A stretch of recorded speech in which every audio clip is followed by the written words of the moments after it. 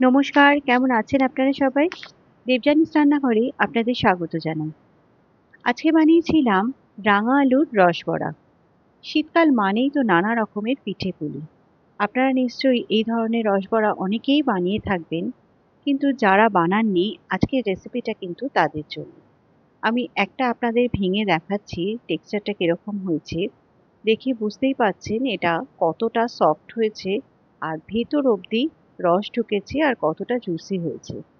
আশা করি আজকের রেসিপিটা আপনাদের ভালো লাগবে।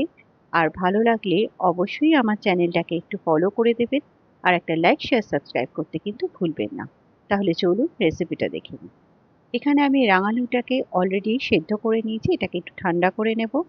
ততক্ষণে এখানে পুরটা বানিয়ে নেব। তার জন্য আমি এখানে 1 চামচ মতো ঘি দিয়ে দিলাম, তার মধ্যে দিয়ে দিলাম নারকেল কোড়া। এটাকে একটু ঘিয়ের মধ্যে হালকা করে একটু ভেজে নেব, বেশিক্ষণ না, একটু জাস্ট হালকা করে ভেজে নেব এটা।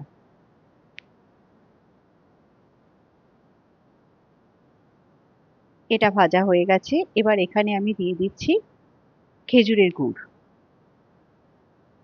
এখানে আমি সামান্য একটু জল দিয়ে দিচ্ছি গুড়টা মেল্ট হওয়ার জন্য।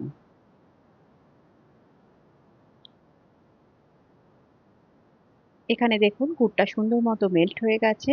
এবার এটাকে একটুখানি শুকিয়ে নেব।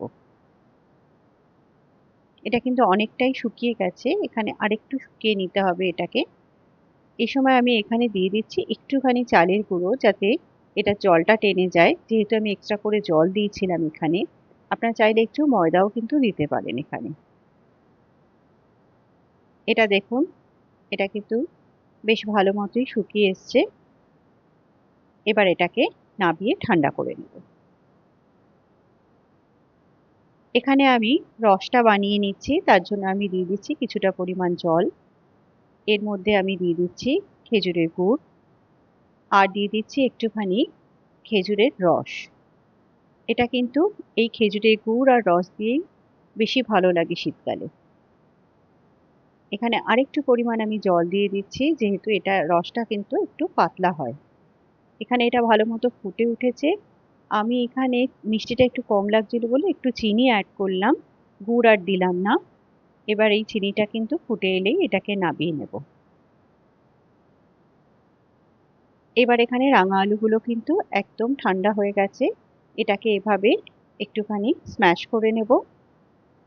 এবার এর মধ্যে দিয়ে দিচ্ছি আমি 3 টেবিল স্পুন মতো একটু ময়দা। যেহেতু আমার রাঙা আলুগুলো একটু বেশি নরম হয়ে গেছিল, আপনারা চেষ্টা করবেন যাতে নরম বেশি না হয়। সেই জন্য আমাকে একটু ময়দাটা বেশি দিতে হলো, আরও 2 টেবিল স্পুন ময়দা দিলাম আর একটুখানি ঘি দিয়ে এটাকে ভালো করে একটু মেখে নিলাম। এবার হাতে একটুখানি ঘি লাগিয়ে এটাকে শেপ দিয়ে নেব। এখানে আমি ছোট ছোট এরকম বলের আকার করে এটাকে হাতের মধ্যে এভাবে একটু চ্যাপ্টা করে নিয়ে এর মধ্যে কিছুটা পুর দিয়ে দিচ্ছি। এবার এটাকে এইভাবে শেপ দিয়ে দেব। আমি এটাকে দুরকম ভাবে শেপ দিয়েছি, একটা একটু লম্বা করেছি আর একটা করেছি একটু গোল। আপনারা যেভাবে ইচ্ছে দিতে পারেন। এটা রেডি হয়ে গেল। এটা করতে কিন্তু একদম বেশি সময় লাগে না, খুব তাড়াতাড়িই হয়ে যায়। এখানেও একইভাবে একটু পুর দিয়ে এটাকে আমি মুখটা বন্ধ করে একদম গোল শেপ করে নিচ্ছি। এভাবে আমি সবকটাই রেডি করে নেব। এখানে সবকটা রেডি হয়ে গেছে। তেল কিন্তু এখানে বেশ ভালো মতো গরম করে নিয়েছি এবং মিডিয়াম টু হাই ফ্লেমেই কিন্তু এটাকে ভাজতে হবে। লো ফ্লেমে কিন্তু ভাজলে এটা ভেঙে যাওয়ার চান্স থাকে। এগুলো সবকটাকে এখানে ছেড়ে দেব, তবে খুব বেশি একসাথে ছাড়বেন না, অল্প অল্প করেই ছাড়বেন, কারণ এটা খুব তাড়াতাড়ি কিন্তু হয়ে যায়। যার জন্য এখানে দেখতেই পাচ্ছেন কত তাড়াতাড়ি এটা কালার ধরে নিচ্ছে। বেশি একসঙ্গে ছাড়লে এটা অনেক সময় বোঝা যায় না কোনটা হয়ে গেছে কোনটা হয়ে যায়নি, এতে কালারটা নষ্ট হয়ে যেতে পারে।